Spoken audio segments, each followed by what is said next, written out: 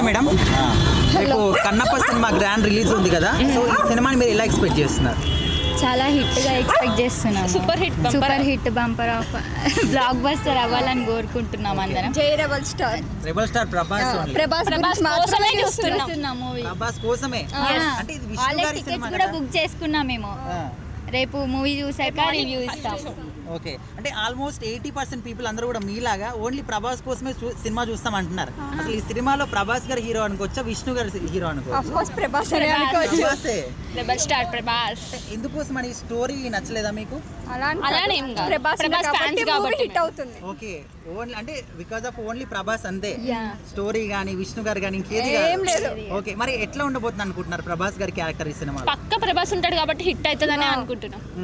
అంటే అప్పట్లో కృష్ణంరాజు గారు భక్త కన్నప్ప సినిమా చేశారు, అది ఇప్పటి కూడా మనము గుర్తు పెట్టుకుంటాం, చాలా భక్తి పరంగా తీశారు.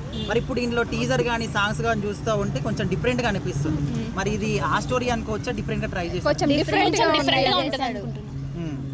సో ఓవరాల్ గా కలెక్షన్స్ ఎట్లా ఎక్స్పెక్ట్ చేయొచ్చు? ప్రజెంట్ జనరేషన్ లో మనం ఇలాంటి సినిమాలకు ఎక్కువ ఆదరణ వస్తుంది, సో ఈ సినిమాకి ఎట్లా ఎక్స్పెక్ట్ చేయొచ్చు? మేబీ వస్తుంది అనుకుంటున్నాం. అంటే ఒక 1000 crores అట్లా ఎక్స్పెక్ట్ చేయొచ్చా? 1000 crores first day 1000 crores. That only Prabhas. Prabhas గురించే హిట్ అవుతుంది. ప్రభాస్ గురించి ఏం చెప్తారు ఒక్క మాట? జై రెబల్ స్టార్ అంటే Yes,